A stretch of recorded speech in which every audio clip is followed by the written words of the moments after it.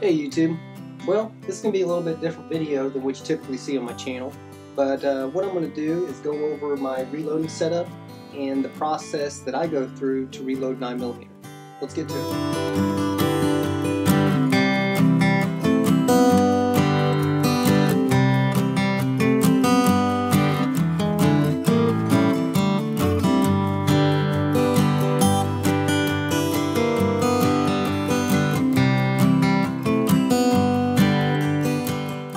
Alright, for today we're going to reload some 9mm. What you start with, of course, some spent brass. This is just once fired range pickup, and basically I just brought it home. I run it through a brass tumbler, a little bit of walnut media, and then I also use just a couple capfuls of car polish, and that gets a good shine on it. So then after that, I count out. For today we'll do 50 pieces. I just kind of inspect each one quickly, make sure there's not any damage to the case mouth, any large dents, anything that will affect the reloading process, which I've already done. So got 50 cases, and this step is not quite necessary, especially when using carbide dies, reloading pistol cartridges, but lubricating. What I use is just Lee resizing lubricant. Just use a real small piece here. Mix it around in the bottom of the container. Put it in your brass.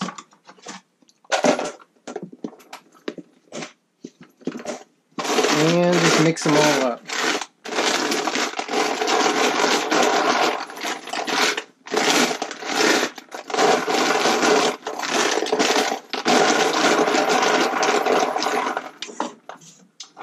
Alright, and what I'm looking for is just a light haze.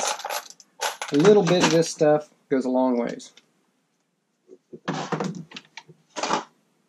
Alright, next step is we'll just pour them out here on this old rag. Wipe off any excess.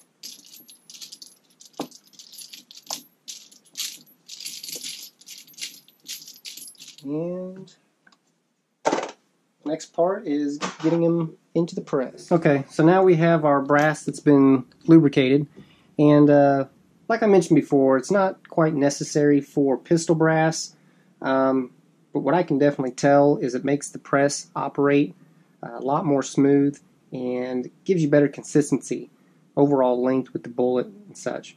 So what we're going to go ahead and do is feed them in to the case feeder. This is a brass collator. Simple device, but basically pour them in there, and this will feed all the brass down to the individual tubes.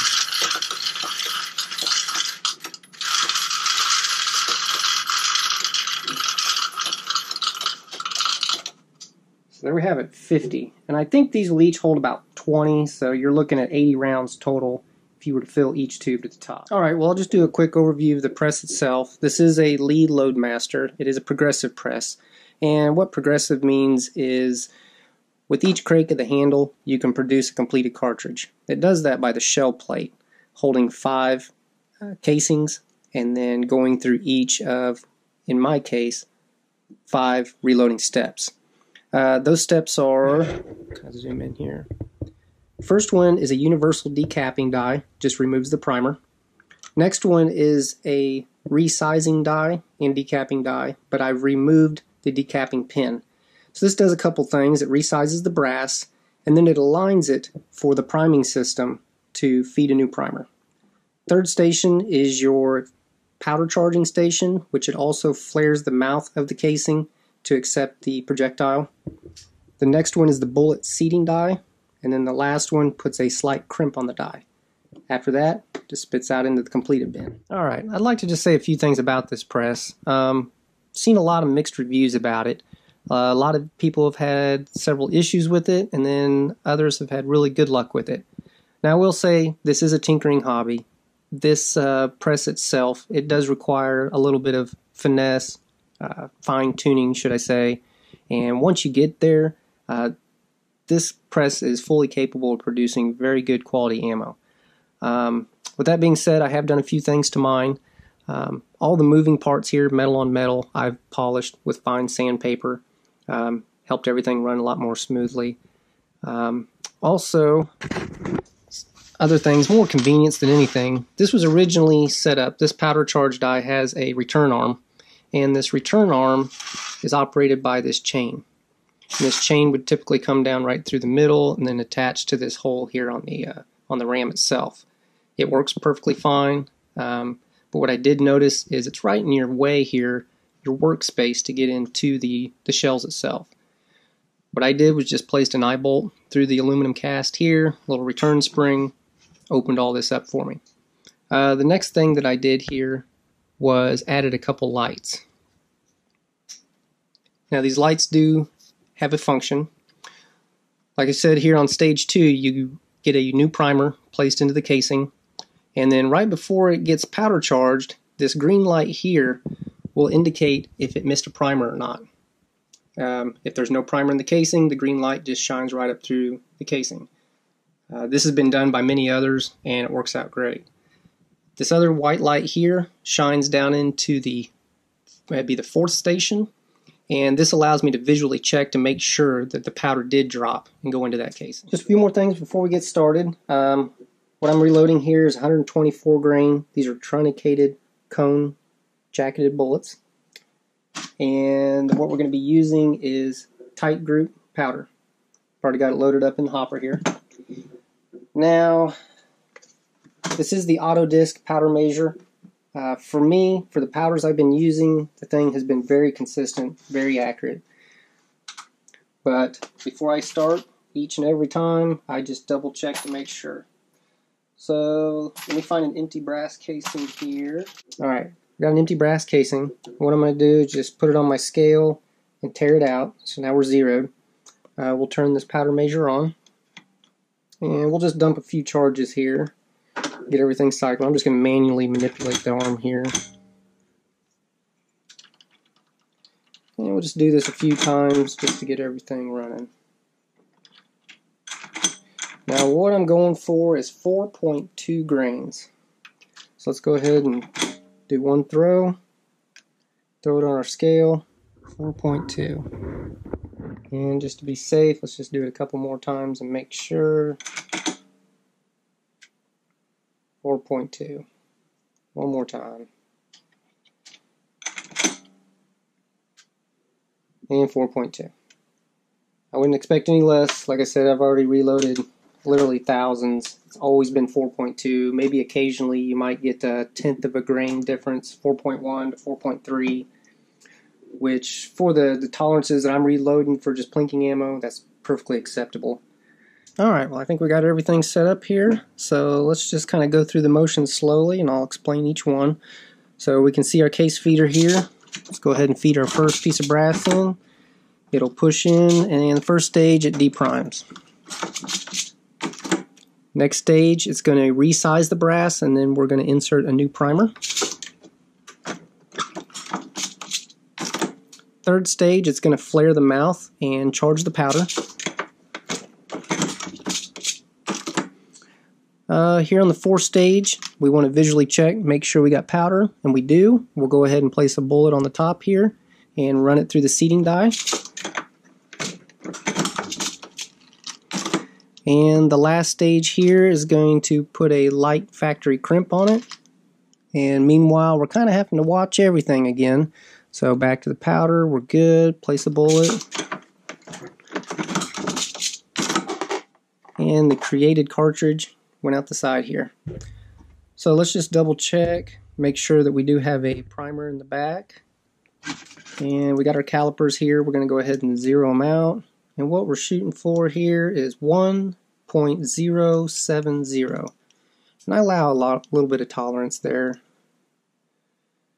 1.070.5. I'll usually go plus or minus 5/1000ths of an inch. So we'll throw that in there and we'll continue on. Powder looks good. Place a bullet.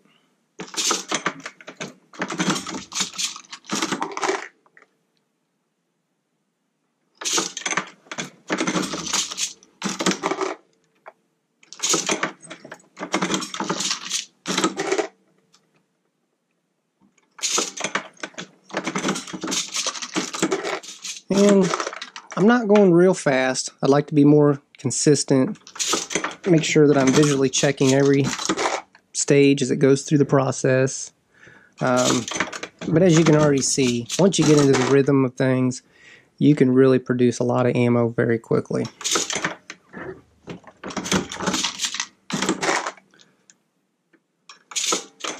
Alright, so now we can see here I wasn't paying attention and we ran out of shells. So what we'll have to do is our case feeder here, just turn to the next slot and we'll get them feeding again. So we're powdered, place a bullet, take it out, put a light crimp on that last one, and then we've just got to start feeding them around again. And that was our last one in that feed tube, so we'll turn to the last one. This one's about full. It probably had 18 cases in it or so, but you can tell we're already halfway there to 50.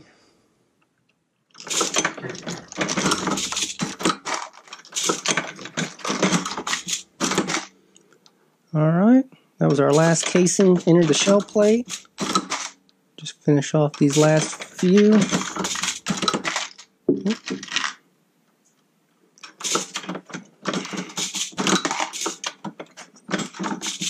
And there you have it, 50 casings in just a couple minutes. Alright, so now you can see that all the finished cartridges, they spit out into this completed bin here. And then what I do next is I just check each one. I check the overall length. And remember, we were kind of shooting for that 1.070 plus or minus or so. 70. And I also make sure that they did get a new primer put in it. It's kind of a nice visual inspection. 6.9. 7.1 primer. And just go through the rest of them. Alright. So now I've got my 50 completed cartridges. I've went through each one. I have checked the overall length, did kind of a visual inspect, make sure the primers are in them. I'll just kind of show you here. You do get a little bit of variances. You know, there's 7.3, and I'm shooting for, like I said before, 0.65 to 0.75. I know within that range it's going to cycle reliably through my firearm, and it's not going to exceed any type of pressures that could cause any risk. You're right at 7.5 there on that one. That's about as long as you want to get them. Just check a few more. 7.3. There's a lot that goes into consistency. Could be as simple as, you know, the bullet. That could have differences on seating depths. The press itself. Are you being consistent on the pull of the handle? Flex in the press. Like I said, there's a lot of things that can cause consistency differences. But anyways, so we've got these completed out. What I'll do is I'll just put them on this microfiber cloth here, and this kind of cleans that dry lubricant. And you can kind of tell, I don't know if the video will show, but they will kind of polish up and kind of get a good shine to them just by using this microfiber cloth here. One thing with using the lubricant on the casings is it does require a little bit more maintenance on your press, your dies in particular. You'll have to go through every, I don't know, 1,000 rounds or so, clean the dies up, run Q-tips through them. You will kind of start to get a little bit of buildup on there. So yeah, I can already tell these are nice and shiny. So then I've got my case here. We'll just throw them in. And look at there, 50 completed cartridges in the case. Already got a label made up, 124 grain truncated cone, 4.2 grains of tight group, seated at 1.070. Well, there you have it, guys. We've completed our 50 cartridges of 9mm, and I didn't want this to be too lengthy of a video. With that being said, if you guys got any questions or would like me to go further in depth in any part of this process, just drop the comments below. As always, give me a thumbs up, hit that subscribe button, and we'll see you all next time. Thanks.